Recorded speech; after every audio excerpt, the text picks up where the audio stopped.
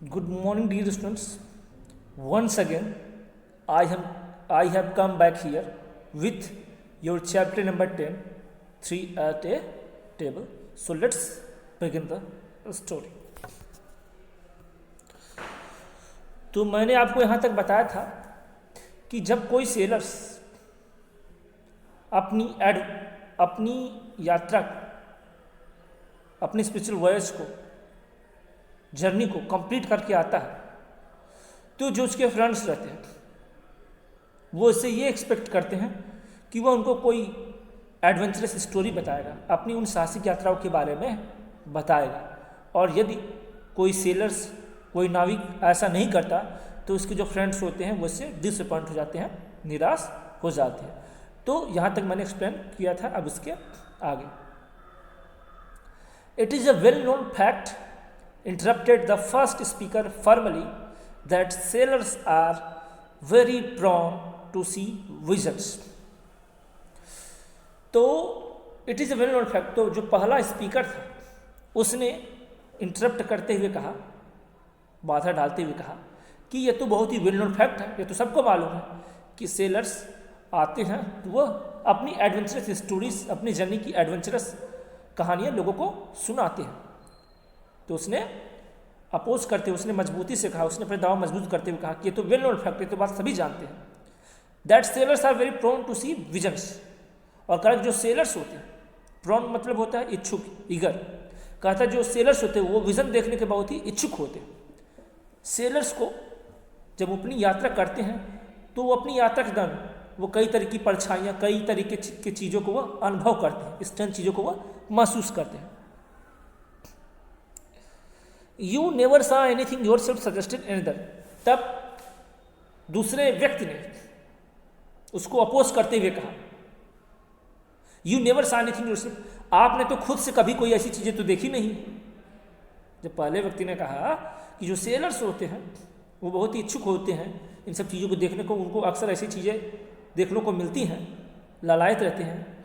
तो जो दूसरा स्पीकर था उसने उसकी बात को काटते हुए कहा, अपोज करते हुए कहा कि आपने खुद से तो ऐसी चीज़ें तो नहीं देखी, तो आप क्यों कह रहे हैं सेलर्स के बारे में।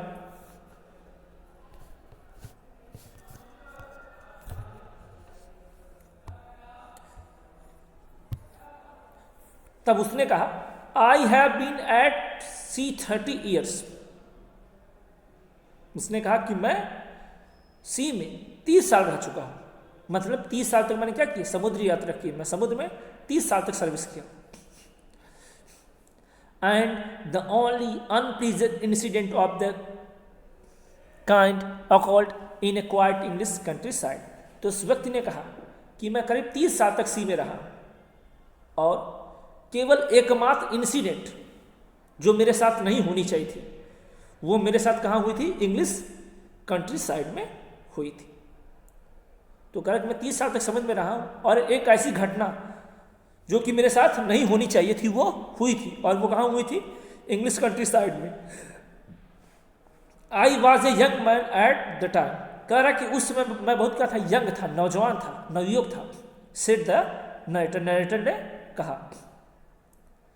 ग्लेंसिंग गुड ह्यूमरली एट द कंपनी। वो जो नरेटर है, वो जो स्पीकर है, उसने अपनी कंपनी की तरफ देखते हुए मुस्कुराते हुए कहा, कंपनी मतलब लोग बैठे हुए, 3-4 लोग बैठे हुए वहाँ पे, 3-4 लोग वहाँ पे बैठे हुए।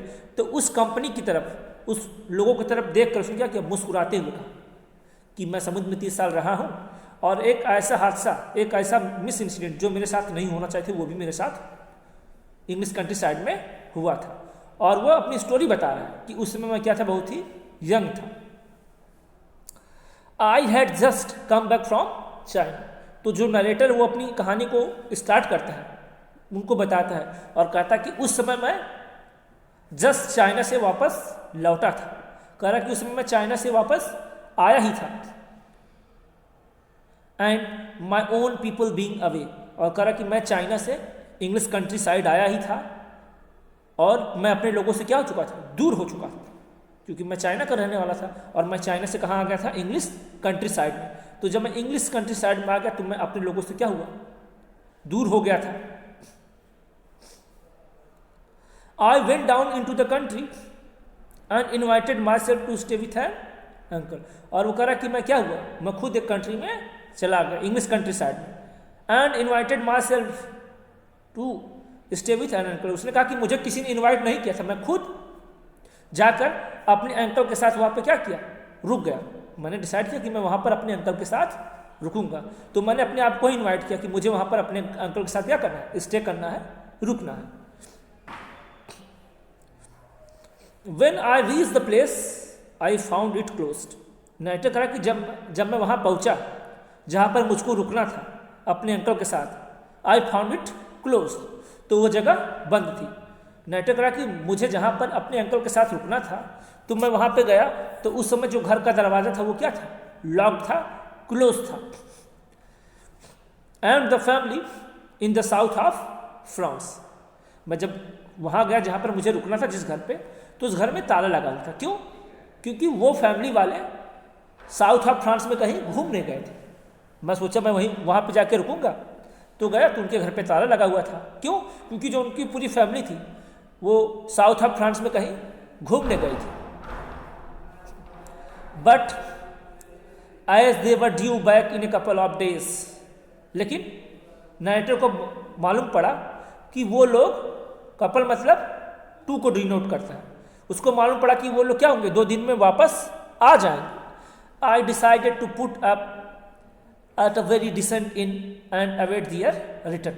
तो जब नाइटर को मालूम पड़ा कि वो जो उसके अंकल हैं, जो अंकल की फैमिली घूमने गई है, वो लोग 2 दिन के अंदर वापस चले आएंगे, तो उसने डिसाइड किया एक इन में रुकने का। इन मतलब होता है एक सराय, धर्मशाला की तरह होती है, एक सराय में उसने रुकने का निश्चय किया।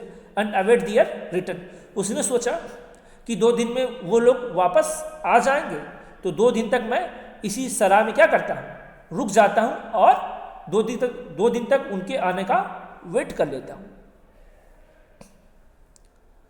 The first day I passed well enough. तो कह रहा है कि उस इन में, उस सराय में मेरा पहला दिन अच्छे से गुजर गया, ठीक ठाक गुजर गया। But in the evening the dullness of the rambling old place.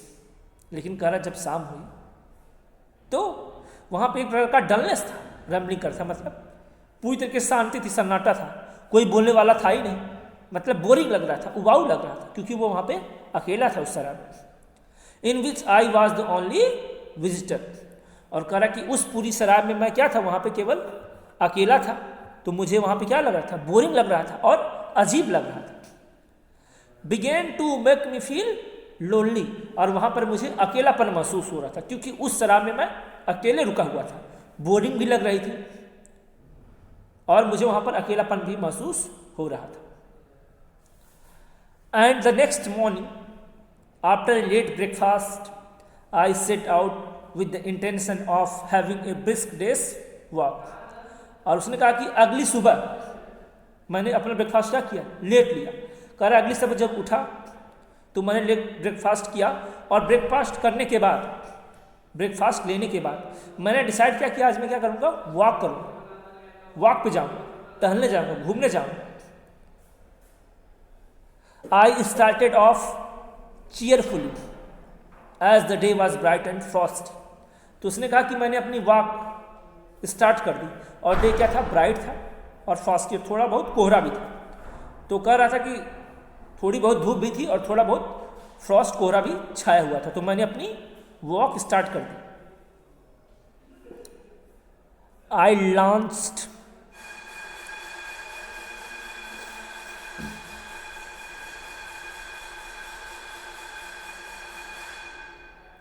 I lunched luxuriously on bread and cheese at a small inn।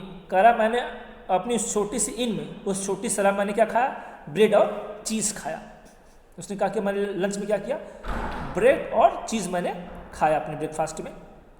And decided to go a little further before turning back.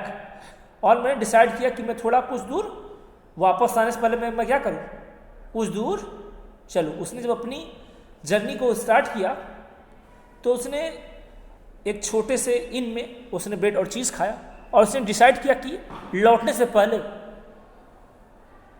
वो थोड़ा और दूर क्या करेगा, सफ़र करेगा, जाएगा, घूमेगा, टहलेगा। When at last I found I had gone for enough, तो वो चलता ही चला जा रहा था रोड पे, आगे बढ़ता ही चला जा रहा था। और जब नरेटर को लगा कि वो काफ़ी दूर तक आ चुका है, जब उसको लगा कि वो बहुत ज़्यादा चल चुका है, I turned up a lane at right angles to the road, तो कह रहा है कि जो रोड की तरफ I turned up a lane at right angles to the road, तो कह रहा है रोड की राइट तरफ जो लेन थी, गली थी, मैं उसमें उस तरफ में क्या हुआ, मुड़ गया, उस रास्ते से मुड़ गया। I was passing, कह रहा है कि मैं वहाँ से गुजर रहा था, जा रहा था उस रोड से, उस गली से। And resolved to find my way back by another route, और अब जो नरेटर है वो सोच रहा है कि अब वह किसी दूसरे रूट से क्या करेगा, जाएगा। उसने डिसाइड किया कि वह अब अपने घर वापसी के लिए कोई दूसरे रूट से होकर जाएगा।